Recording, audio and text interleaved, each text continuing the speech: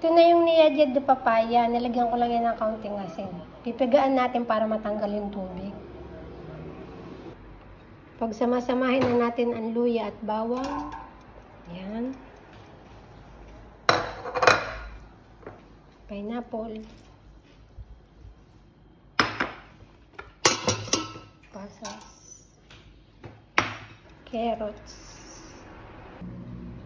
Bell pepper. Suka. Lagyan natin ng kaunting salt. Now, yan na, natutunan na asukal. Yan, minix ko na. Tapos, lalagyan na natin yung suka at asukal. Eto na. Hayaan muna natin para maluto sa suka at asukal yung papaya. Manix ba?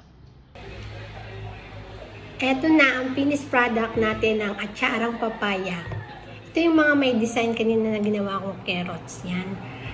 Eto na, pwede kayong magnegosyo, extra income natin. Kung kayo may puno ng papaya, pwede kayong magyadyad ng maraming papaya. Pwedeng pangbenta, yun. At homemade papaya natin, masarap. At alam mong gawa mo, malinis talaga. Thank you nga pala sa pag-subscribe, like, and share my channel, Tuti TV channel. Thank you for watching. Have a good day.